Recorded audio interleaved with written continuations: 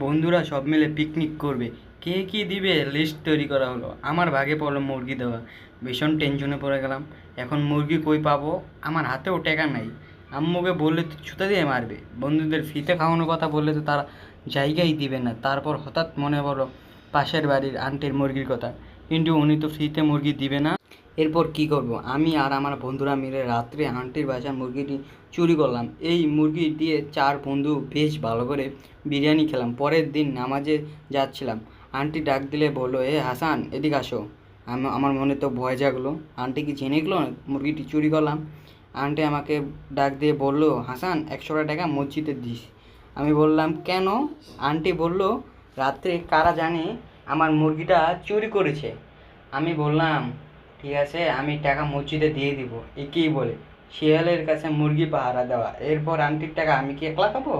আমি আমার বন্ধুদের সহ